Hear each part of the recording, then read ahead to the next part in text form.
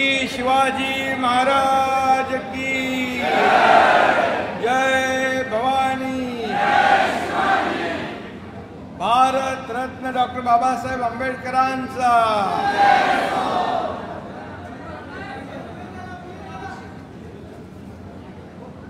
आजच्या पक्ष प्रवेश सोहळ्याला उपस्थित आपल्या सगळ्यांचे आवडते आमदार मुर्जी काका पटेल यांचं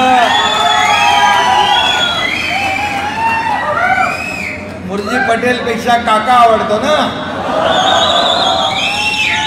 आता लाडक्या बहिणींची मुलं मला देखील लाडका मामा बोलतात। आज उपस्थित कलाताई शिंदे ज्यांचा प्रवेश आहे त्या सुनीता इलावडेकर, कमलेश राय, चंद्रावतीताई मोरे, शिल्पाताई वेले, अविनाश सावंत, सर्व व्यासपीठावरील सन्माननीय हरिचंद्र जोगदंड आणि सर्व मान्यवर ज्यांचा प्रवेश होणार आहे त्या माझ्या लाडक्या बहिणी, लाडके भाऊ, सर्वांचं मी मनापासून या ठिकाणी स्वागत करतो, मनापासून शुभेच्छा देतो। आताच आमदार मुर्जी पटेल यांनी तुमच्यासाठी एक 5 मजली हॉस्पिटल बांधतायत, 5 मजली हॉस्पिटल आणि 5 मजली मार्केट देखील होत आहे। त्याचं भूमिपूजन मी करून इथं आलेलो आहे। त्याच्यामध्ये गोरगरिबांसाठी सामाजिक हॉल पण आहेत, लग्न कार्य जे काही कार्यक्रम असतात त्यासाठी। आणि म्हणून आज सकाळपासून आपल्या कांदिवलीमध्ये देखील गुणवंत विद्यार्थ्यांचा सत्कार सोहळा होता, शासन आपल्या दारीचा कार्यक्रम होता आणि हे 2 उद्घाटन भूमिपूजन झाली। आजचा दिवस या ठिकाणी मुंबईकरांना वचनपूर्ती करणारा दिवस आहे, मुंबईच्या विकासामध्ये भर घालणारा दिवस आहे, मुंबईसाठी सोयी सुविधा देणारा दिवस आहे। आणि म्हणून या ठिकाणी आपल्याला बसायला जागा देखील नाही, एवढा हॉल भरून गेला, बाहेर लोक उभी आहेत। मुर्जी काकाचं कामच असं असतं, हाऊसफुल।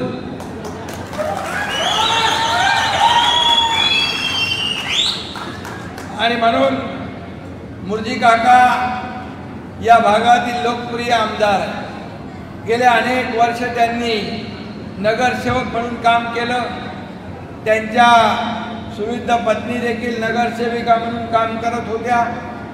आणि मग या मुंबईमध्ये गेले अनेक वर्ष जे काही मुर्जी काकांनी काम केलंय त्याची पोचपावती ते शिवसेनेचे आमदार झाले, लोकांनी त्यांना पोचपावती दिली आणि भरघोस मताने निवडून दिलं। खरं म्हणजे आमदार होणं काही साधी सोपी गोष्ट नसते, परंतु मुर्जी पटेल यांचं काम बघून शिवसेनेने त्यांना तिकीट दिलं आणि महायुती म्हणून मुर्जीभाई निवडून आले।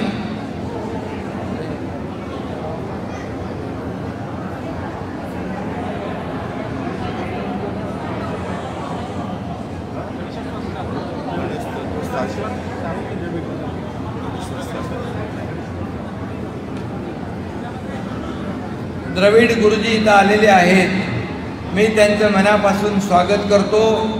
कारण या आपल्या सगळ्यांना सांगतो, अयोध्येतल्या राम मंदिराचा भूमिपूजनाचा या ठिकाणी त्यांनी त्याची तारीख निश्चित केली होती। असे द्रविड गुरुजी आपल्यात आले, पद्मश्री गणेश द्रविड गुरुजी या ठिकाणी आलेत। मी आपलं स्वागत करतो.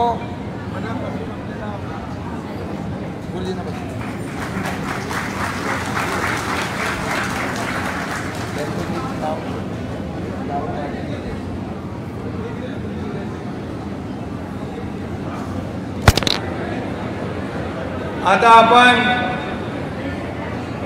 जे राम मंदिर अयोध्येत बांधलं आणि मोदीजींना जो काही मुहूर्त काढून दिला ते स्वतः द्रविड गुरुजी इथं आलेले आहेत. त्यांचं आपण टाळ्यांच्या गजरात स्वागत करूया.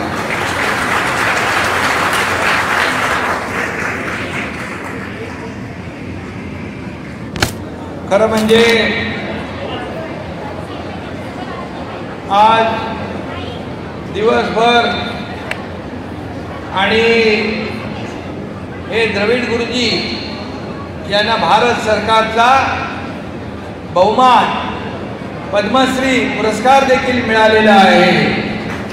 आणि म्हणून मी पुन्हा एकदा पद्मश्री गणेश्वर शास्त्री द्रविड गुरुजींचं मनापासून इथं अभिनंदन करतो, मनापासून त्यांना धन्यवाद देतो.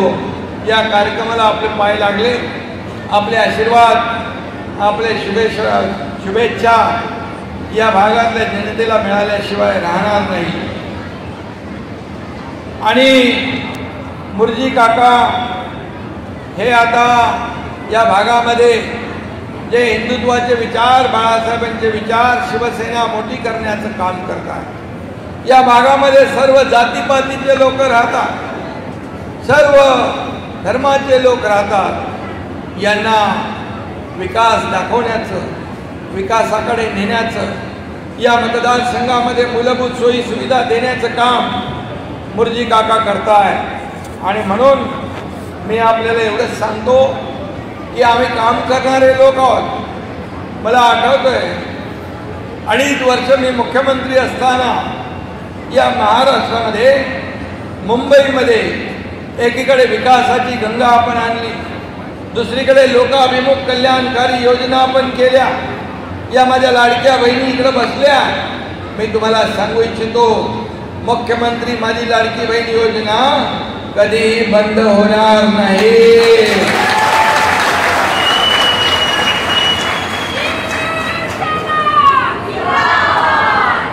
लाडक्या भावांसाठी जो केलेली योजना असेल, शेतकऱ्यांसाठी केलेली योजना असेल,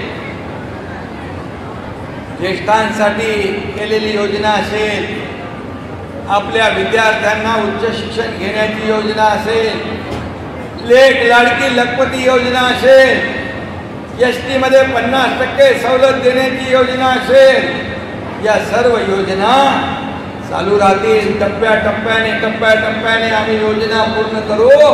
कारण प्रिंटिंग मिस्टेक म्हणणारं सरकार आमचं नाही.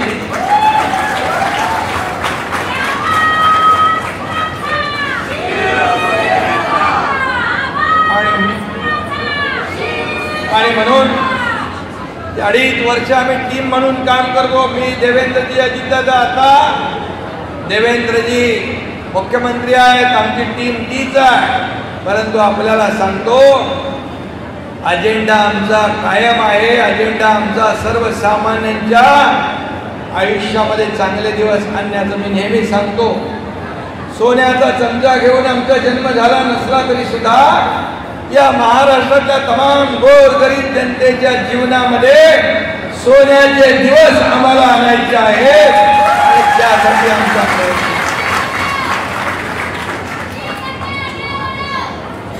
आणि म्हणून फक्त निवडणुका आल्या की आरोप प्रत्यारोप करायचे, टीका करायची. मुंबई, मराठी माणूस, मुंबईकर या बाबतीमध्ये बोलायचं. परंतु मी तुम्हाला सांगतो, मी जेव्हा मुख्यमंत्री झालो गुरुजी, तेव्हा पहिल्याच वेळेस या मुंबईतले सर्व रस्ते खड्डेमुक्त करण्याचा निर्णय आम्ही घेतला आणि सर्व रस्ते कॉन्क्रीटचे करण्याचा निर्णय घेतला. गेले अनेक वर्ष या खड्ड्यातून लोकांना प्रवास करावा लागत होता. लोक अपघातात मृत्यू पडत होते, परंतु फक्त त्या दुरुस्तीमधून काळ्याचं पांढरं करायचं आणि आपला स्वार्थ साधायचा, एवढंच काम ज्यांनी केलं त्यांना आम्ही हे सर्व रस्ते कॉन्क्रीटचे करून निर्णय घेतला, त्यामुळे त्यांची दुकानं बंद झाली. आणि म्हणून जी काही पोटदुखी आहे, पोटतिडीक आहे, आता आम्ही सांगतो अर्धे रस्ते कॉन्क्रीटचे झाले, 2 टप्प्यामध्ये आपण करण्याचा निर्णय घेतला. पुढच्या 1-1.5 वर्षात मुंबईमध्ये एकही खड्डा तुम्हाला दिसणार नाही. खड्डे मुक्त मुंबई. आणि याचमुळे जी काय पोटदुखी झाली सगळ्यांना, रोज आरोप प्रत्यारोप आरोप प्रत्यारोप. आणि एकनाथ शिंदे आरोपाला टीकेला, आरोपाने टीकेने उत्तर देत नाही तर कामामधून उत्तर देतो. आणि म्हणून त्यांची पोटदुखी दूर करायला देखील आम्ही हिंदू हृदय सम्राट बाळासाहेब ठाकरे आपला दवाखाना देखील सुरू केला. दवा फुकट इलाज करून घ्या. मुरजी बाबा किती आपला दवाखाना आहे आपल्याकडे? 6 दवाखाने याच्या मतदारसंघात आहे. 70% रस्ते कॉन्क्रीट झाले. 70% रस्ते कॉन्क्रीटचे झाले. पुढच्या पावसाळा संपला की लगेच या ठिकाणी 100% होती. आणि 250 ते 300 आपला दवाखाना आपण केला गोरगरिबांसाठी. या ठिकाणी मोहल्ला क्लिनिक दिल्लीचं आणि उदो होत होता, परंतु ही संकल्पना या मुंबई आणि महाराष्ट्रामध्ये राबवली आपण. मुंबईत 300 पेक्षा जास्त आपला दवाखाना आपण सुरू केला. महाराष्ट्रामध्ये देखील 700 पेक्षा जास्त आपला दवाखाना आपण सुरू केला. या दवाखान्यामध्ये मोफत औषध मिळत आहे, मोफत उपचार होत आहे. आता मी परवा कमिशनरना सांगितलं तिथं तपासण्या मोफत झाल्या पाहिजे. आणि 1106 कोटी रुपयाची तरतूद महापालिकेने त्यासाठी देखील केलेली आहे. आणि म्हणून मेट्रोची कामं बंद पाडली होती. अरे कारशेडचं काम बंद पाडलं होतं. जसं आपलं सरकार महायुतीचं आलं, ताबडतोब 2022ला आपण या सगळ्या स्थगित्या स्टे उठवून टाकलं. कारण आपलं स्थगिती सरकार नाही, आपलं प्रगती सरकार आहे, आपलं समृद्धी सरकार आहे. लोकांची समृद्धी हाच आपला अजेंडा आहे. मला काय मिळालं यापेक्षा या महाराष्ट्रातल्या तमाम जनतेला काय मिळालं हे पाहणारे आम्ही लोक आहोत. खुर्चीच्या मागे जाणारे नाही. ज्या लोकांनी आम्हाला खुर्चीत बसवलं त्या लोकांचे प्रश्न, त्यांच्या समस्या शोधणारे आम्ही लोक आहोत. आणि म्हणून या महाराष्ट्रातल्या तमाम जनतेने 2.5 वर्षात केलेल्या कामाची पोचपावती, आपण जे काही योजना केल्या, आपण जो विकास केला, मग नागपूर मुंबई समृद्धी असेल, अटल सेतू असेल, कोस्टल हायवे असेल, मेट्रो असेल, कारशेड असेल, असे अनेक प्रकल्प आपण राबवले आणि अनेक लोकाभिमुख कल्याणकारी योजना आपण राबवल्या. म्हणून या ठिकाणी झालेल्या विधानसभेच्या निवडणुकीमध्ये कधी नव्हतं एवढं लँडस्लाइड मॅन्डेट 232 जागा महायुतीने जिंकल्या. माझ्या लाडक्या बहिणींना मी धन्यवाद देईन. विरोधी पक्षाच्या लोकांनी हॉटेलं बुक केली होती, 5 स्टार हॉटेलं बुक केली होती. सरकारचं मंत्रीपद खाते वाटप झालं होतं आणि सगळं वाटप झालं. हॉटेलचे बुकिंग सगळे झाले, कारण सरकार त्यांचे येणार म्हणून. पण माझ्या लाडक्या बहिणींनी त्यांच्या हॉटेलची बुकिंग रद्द करून टाकली आणि महायुतीला प्रचंड बहुमताने या ठिकाणी निवडून दिलं. आज मुंबई शहर, मुंबई ही आर्थिक राजधानी आहे. मुंबई ही जागतिक दर्जाचं शहर, जगातले सर्व लोक येतात. आणि म्हणून या देशाचे प्रधानमंत्री मोदी साहेबांनी देखील सांगितलं मुंबई हे फिनटेक हब झालं पाहिजे, या ठिकाणी मुंबई बदलली पाहिजे.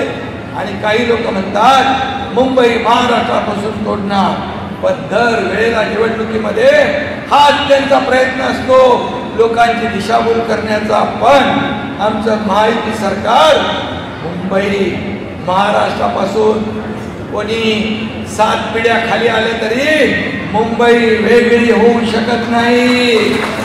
आणि मुंबई जोडायचं काम सोडा, मुंबई जोडायचं काम आम्ही करतोय.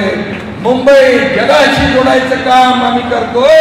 आणि म्हणून या योजना ज्या आहेत, शासन आपल्या दारीचा आता कार्यक्रम करून आलो मी.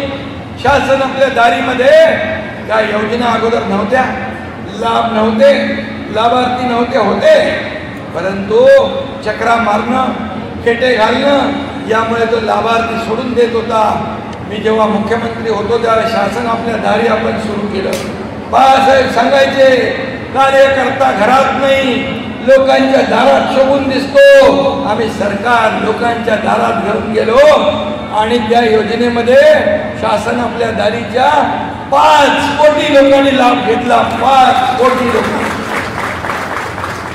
आणि म्हणून पद येतात जातात, सत्ता येते जाते, पुन्हा येते, पद वर खाली होतात, पण आमचा अजेंडा खुर्ची नाही.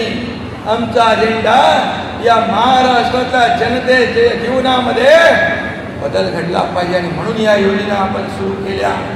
आणि म्हणून आज मी आपल्याला एवढंच सांगतो, मला आनंद आणि समाधान आहे की तुम्ही जे काही विरोध करत होते लाडकी बहीण योजनेला, जे दुष्ट भाऊ होते, त्या दुष्ट भावांना त्यांची जागा दाखवली आणि घरी बसणाऱ्यांना कायमचं घरी बसवलं. काम करणाऱ्यांना तुम्ही सत्ता दिली. आणि या एकनाथ शिंदेला या महाराष्ट्रातल्या 2.5 कोटी लाडक्या बहिणींचा लाडका भाऊ ही ओळख मिळाली.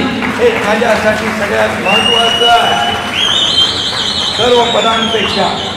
आणि म्हणून मी आपल्याला एवढंच सांगतो की प्रत्येक जण घराचं स्वप्न बघतो. आता नगर विकास विभाग, गृहनिर्माणचं धोरण आम्ही नवीन आणलं. त्यामध्ये मुंबईत परवडणारी घरं, परवडणारी भाड्याची घरं, नोकरदार भगिनींना महिलांना घरं, स्टुडंट हॉस्टेल, गिरणी कामगार. हा गिरणी कामगार दुर्लक्षित होता. गुरुजी, आम्ही गिरणी कामगारांचं सर्वेक्षण केलं. 1 लाख गिरणी कामगारांना आपलं महायुती सरकार घर देते. हक्काची घरं आपण देतो. हे सरकारचं काम. आणि म्हणून या सरकारमध्ये सर्वसामान्यांना न्याय देण्याचं काम आम्ही केलं.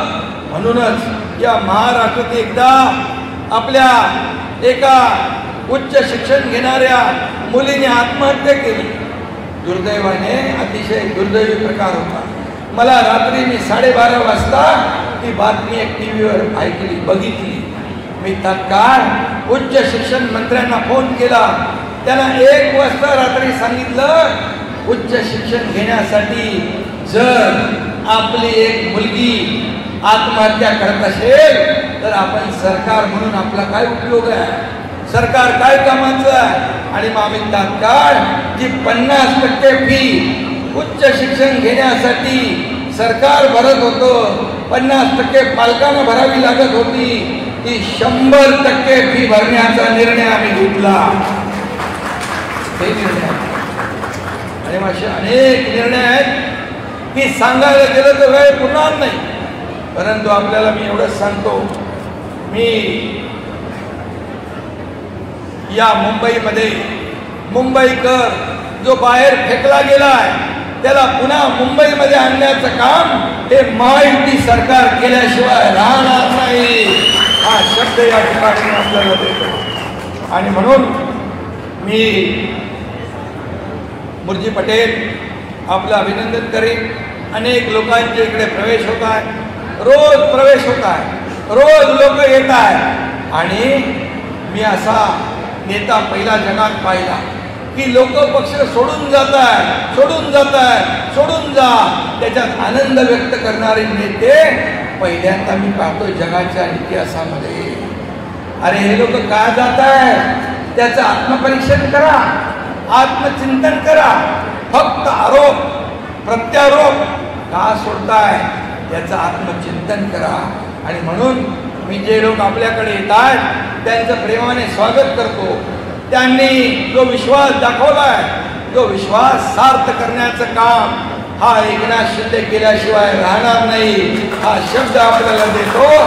आणि मी एवढंच सांगतो, जे देशाचे प्रधानमंत्री आज पहलगामचा हल्ला झाला, आपल्या लाडक्या बहिणींचं कुंकू पुसण्याचं पाप ज्यांनी केलं त्यांना मोदीजींनी धडा शिकवला, पाकिस्तानला धडा शिकवला. आणि मी एकच सांगतो, या देशामध्ये राहणारा जो देशभक्त आहे, तो हिंदू असू दे, मुसलमान असू दे, इतर समाजाचा असू दे, देशभक्त आहे, या मातीशी ईमान राखतो तो आपला आहे. आणि या मातीशी बेईमानी करतात त्यांच्या विरुद्ध आपण आहोत. आणि म्हणून ऑपरेशन सिंदूर मोदीजींनी केलं, ते देखील यांना पचनी पडलं नाही. मोदीजींवर आरोप, अमित शहावर आरोप, केंद्र सरकारला शिव्या, एकनाथ शिंदेला तर तुम्ही रोज देताच, त्यात काय मला नवीन नाही आहे. बसता उठता दळी स्थळी पाटी पाखाशी सगळीकडे एकच एकनाथ शिंदे. पण मला त्याची चिंता आहे. जोपर्यंत ही जनता माझ्या सोबत आहे तोपर्यंत मला कसलीही चिंता नाही. आणि मी आपल्याला एवढंच सांगतो की आपण काम करा, या लोकांचा विकास करा, लोकांना सोयी सुविधा द्या, योजना द्या. आणि मग कोणाला अंगावर घ्यायचंय, कोणाला शिंगावर घ्यायचं ते मी बघतो. आणि म्हणून आपण विकासला चालना देणारे आहोत. म्हणून या राज्याचा विकास, या राज्याचा कायापालट, या मुंबईचा कायापालट झाला पाहिजे. मगाशी मला कोळी भगिनी भेटल्या, तिथं कोळी बहिणी खुश झाल्या, म्हणाल्या आता 30 वर्षानंतर या मार्केटचं काम सुरू होतंय, 30 वर्षानंतर या हॉस्पिटलचं काम सुरू होतंय. त्यांना आनंद होता त्यांच्या चेहऱ्यावर. हे काम 30 वर्ष का झालं नाही याचा देखील विचार केला पाहिजे. आणि म्हणून येणाऱ्या काळामध्ये जे काम करणारे लोक आहेत त्यांच्या मागे उभे राहा. आमचा मूर्ती पटेल हा काम करणारा कार्यकर्ता आहे, लोकांच्या रात्री अपरात्री लोकांना मदत करणारा आहे. आणि शिवसेना ही 80% समाजकारण, 20% राजकारण एवढा मूलमंत्र जपणारी आहे. आणि म्हणून मी मनापासून धन्यवाद देतो.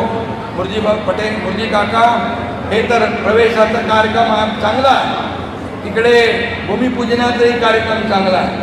पण सगळ्यात महत्त्वाचं काम तुम्ही जे केलं ते पद्मश्री गणेश्वर शास्त्री द्रविड महाराजांना इथं बोलवलं, गुरुजींना, ते सगळ्यात महत्त्वाचं. मनापासून आपल्याला धन्यवाद. जय हिंद, जय महाराष्ट्र.